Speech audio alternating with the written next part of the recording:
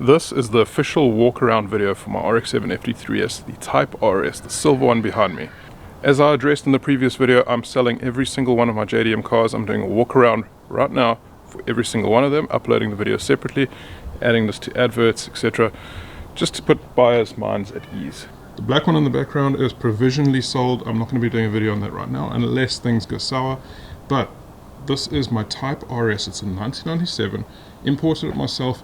All the paperwork is done. I've got everything. I've got the RTAC documents, I've got the NRCS documents, I've got data dot, I've got police clearance, I've got RTAC clearance, sorry, not RTAC, Interpol clearance.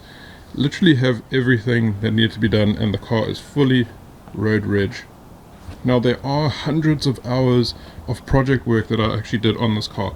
From the day it arrived here, there's been vlogs, there's been driving videos, there's been all sorts of videos of this car. Then I embarked on the single turbo journey. So this is going to be quite a long video. We're going to run through, starting in the front, we're going to move all the way to the back. I'm going to try and show flaws, as honest as I can from what I remember. First of all, it is an unopened, from my knowledge, rotary 13B. It had a twin turbo setup. It's been pulled out.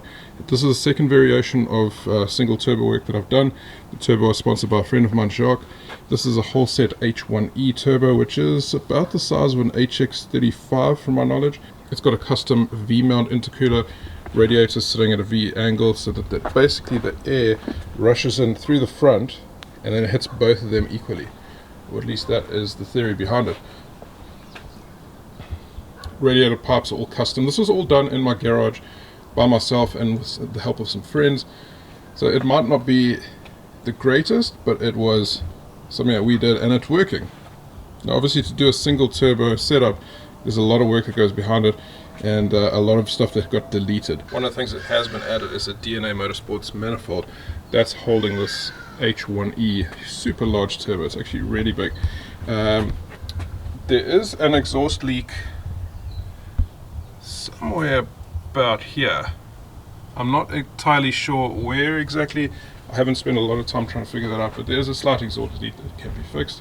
One of the things that I was planning and I would have liked to have done, but I never got around to doing it, was getting a smaller air separation tank. So that's the stock one. It's a modified stock one, so it doesn't leak, because it's a common thing. It's happened on this car, it's happened on this one. The tank, the plastic on the tank just gets frail and then it springs a leak. So that setup seems to work well with the grub screws and the plates around it. I did want to change that AST or do an AST delete, never got around to it. I've got so many project cars that I just don't spend the time on one. There is an external wastegate on the car.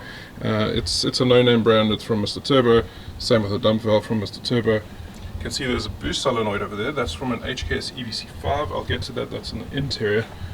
The engine bay is pretty clean. Okay, I mean, it's dirty, but it's clean, as in there's no rust, or no rust that I can see.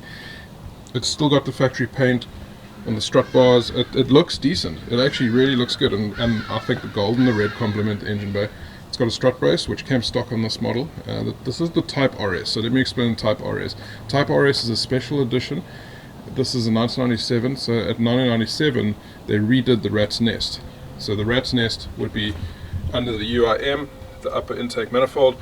The rat's nest referred to the vacuum hoses that were there for all the solenoids and control of the twin turbo setup, which was ridiculous. This is also a 1997, and the rat's nest was simplified in that car too. But all of that junk is out now, obviously. The Type RS also had steel wheels in the turbos. That's all out. It's all single turbo now. So one of the nice things about the Type RS are the brakes. If you look at the caliper, this is the front caliper, and the disc. The disc size and the caliper are vastly different to a normal RX-7. Now this RX-7, this is a Touring X. It's also a limited edition, but it's a limited edition in its own way, where it had a sunroof and a few other small things, but nothing performance-wise. If you look at the brake disc setup on this car, I don't think you guys can see too well because of the lighting, but this setup and the caliper are a lot smaller. See if you can see the caliper size here versus that. Okay, so something like a good example, if you guys know Subarus, this would be more in line with like a Brembo off an STI versus that of a WRX with the standard Subaru brakes. That's the setup. The rears, I'm actually not too sure. No, the rears are stock, so the rears are the same as this car. Look, the brakes do need a refresh. There is a HEL brake line kit that I've got that was meant for this car. Obviously that'll get thrown in. I'm going to try and throw in as many spares as possible. The price for this vehicle is 315,000 Rand that I'm looking at. I am going to throw in a new type bumper, so it's the cool looking one. I'll show you guys in a second, and it comes with some headlights. Sorry, not headlights, it comes with the lights that fit into the bumper. So this is the old style. There's some super cool ones that I've been meaning to fit for a little while now. If the price doesn't change, so if you take it for 315, I'll throw that in as 10 grand's worth of stuff. So it's a bumper and I've got 3 lights. One is a spare, I think it's the right hand side. If we negotiate, I'm going to pull that out and I'll sell that separately, because there's a hell of a demand for that. Another thing on the Type RS that is different to other RX-7s, there are fog lights on this car. Type RS came standard with fog lights, that's remained unchanged. This car doesn't have the fog lights. Here's the vehicle information for this car. As you can see, it says Type RS Special Edition. Tells you the fuel type, tells you the transmission type, engine type, etc. And then one important thing on the left hand side, it says suspension, hard S. So the suspension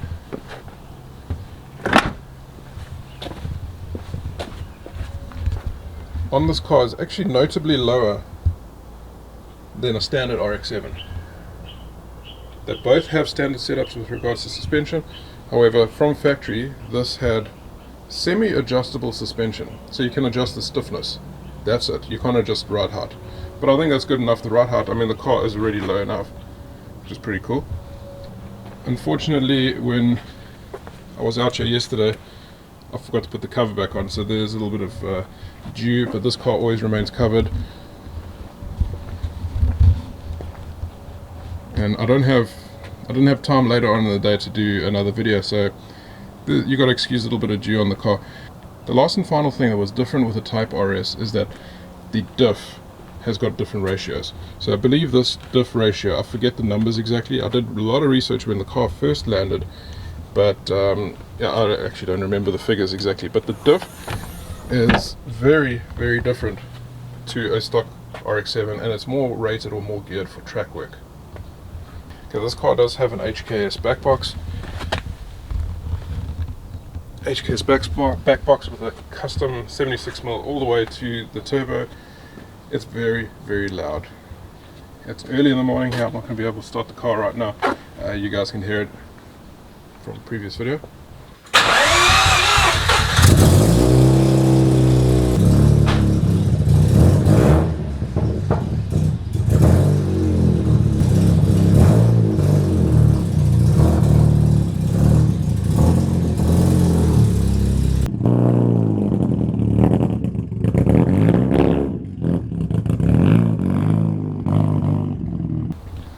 Alright, let's talk about what else is in the car before we get started on some of the issues, because I want to be as honest as possible. Things that I remember that are issues, I'm going to be mentioning in the video. Battery has been relocated to the rear, however I didn't get around to bolting it down. I mean, some self-tappers and whatnot that can sort it out. Like I said, I've got so many projects, I just jump between them, and I try and make YouTube videos particularly for content, so some stuff might be sitting on the back burner. With regards to the interior, I have a Blitz dual turbo timer. I've got all the RX-7 trim. These mats are rare. They're very rare. These are the cherry blossom. A lot of people don't like the style. I think they're pretty cool. They're different. Funny enough, this car's got them as well. And then it's got an HKS EBC boost controller. That's the display for it. Here's the actual boost controller itself. Double-sided tape. Could do with a refresh, so that's falling a little bit. There's a JVC front loader with a 6-disc changer in the back, old school. It came from Japan like that. I haven't bothered changing it. There's a Apex Power FC ECU down there. It's all the kick panels are there. The interior is all here. It's just lying on the floor there because there's a tuning cable in it, which I can't sell with the car because it's actually not mine. Someone's got it on loan to me. But you can buy one from powerfc.net or datalogit.net or something.com. There's also an AEM wideband in the car. That's fully functional. That's tapped into the downpipe, or just after the downpipe. And then my favorite part of the car, okay, favorite part of the car is up here. Okay, well that's a little speaker for it. The control unit's just tucked in over here somewhere.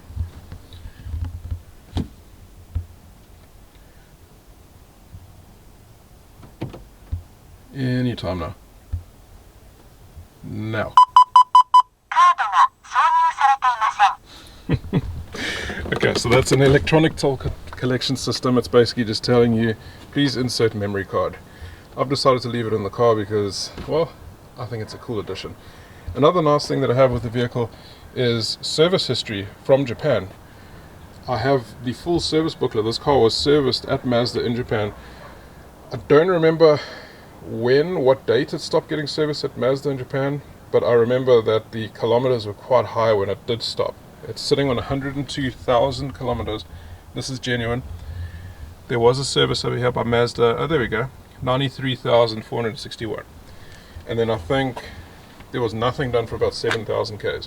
When the car landed here, it landed with 101,000 something. I've done less than 1,000 kilometers on the car. Okay, let's talk about issues. I want to be honest. There are quite a few issues, things that I possibly haven't shown in the vlog or never really spoke about because there was just no reason to.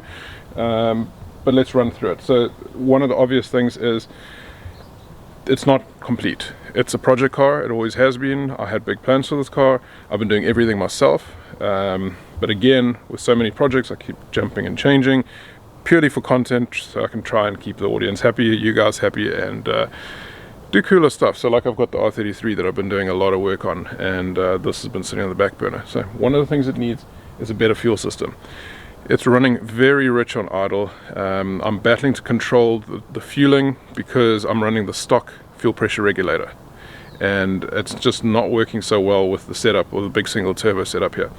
So I've sat with some tuners and particularly Baytech in Scotland, and we've confirmed issues with regards to fueling.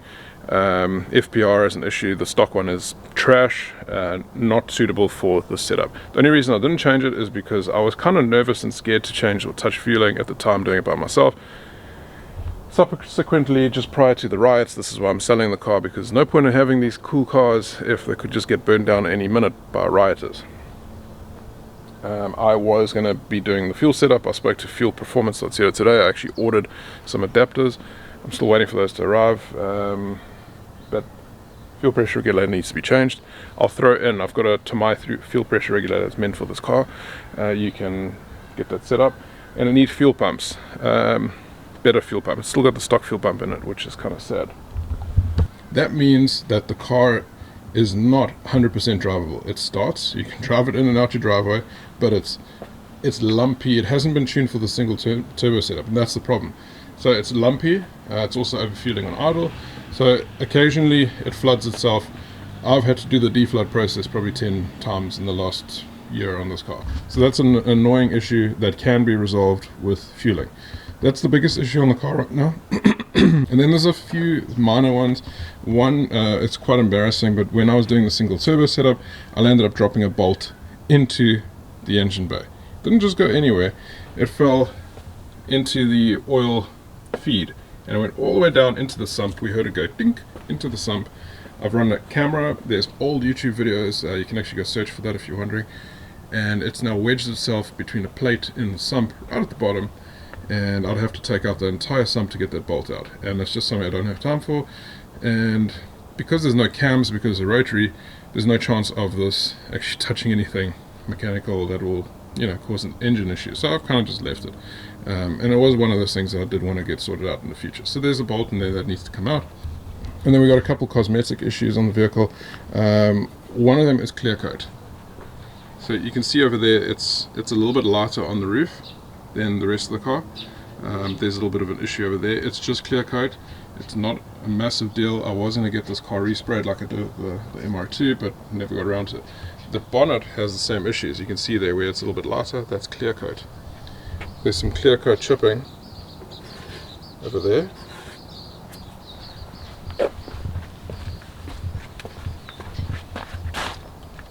And some clear coat issues on that side mirror. For the most part, the car is neat. So bear in mind it is a 1997, so there are a few minor imperfections. There's some little paint chips over here on the door itself. There's some tiny little paint chips over there. But it is actually in really good condition if you consider the year, if you consider the mileage, and if you consider the price, being a limited edition or special edition. Oh yes, something else that the Type RS has is this backboard. I think it was an optional extra. This car doesn't have it, and a few other FDs that I've seen that don't have the backboard. Other issues, there's some tiny little scratches over here. I haven't actually tried getting them out. Maybe they can come out, I don't know. There's some little scratches over here. And then another gripe for me is that the fitment or the alignment of the bumper isn't spot on. And this is why I bought that whole new bumper setup. I mean, this can be fixed, it just needs to be pulled to the one side, but I bought that other setup because I feel that these lights are very dated and it gives a bad look to the car, and that's why I got that other bumper and lights to make it look cooler. But you can see the alignment is off here, substantially off. That's about a mil off there, which means it has a knock-on effect over there and a knock-on effect over here. So when the bonnet's closed, it doesn't look fantastic. Actually, it's not that bad. Here's a paint chip over here on the bumper. And then that's pretty much it to my knowledge of issues on the vehicle. I do have some spares that belong to this vehicle. A lot of them I've given away already. Thought I was being a nice guy and just, yeah, gave some parts away. But that's whatever, they can't be used on here anyway. This is a big single turbo. All the parts that I had were twin turbo parts. I do have a spare turbo for this car that fits for here. It's actually meant for an RX-7 FD3S.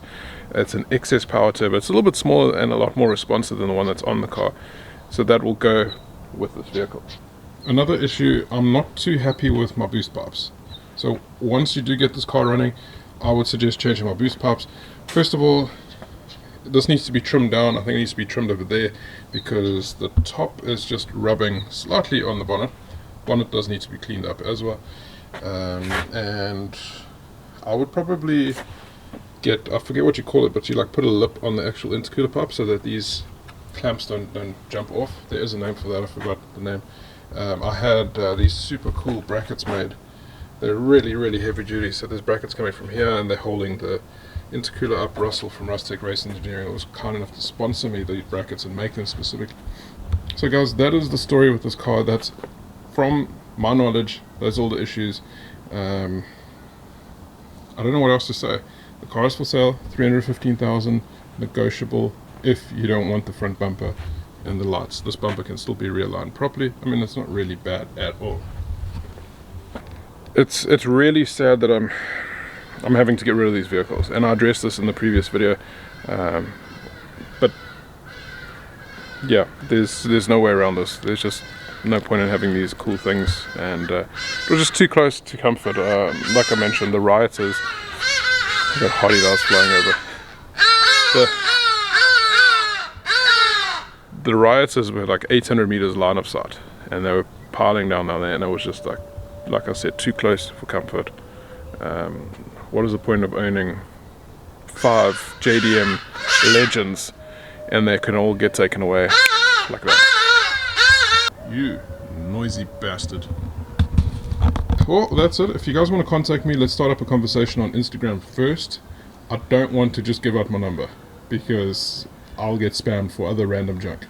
I don't want to entertain random phone calls. If you're not serious about buying the vehicle, then I'm sorry. I don't particularly have time to chat. I put them up for sale yesterday and I had plus minus 200 DMs. So if you really and truly are interested in the vehicle, hit me up on Instagram first. We'll start the conversation on there and then we can exchange phone numbers if it really gets serious and you're at the point where you want to buy the vehicle. I'm not just going to hand out my phone number to anybody. We'll start the conversation there, or perhaps move to email or something. But yeah, we'll chat. If you really are serious, hit me up. Instagram, NelKelJDM. Sad to see this go, but thank you so much for watching. See you all next one. Peace.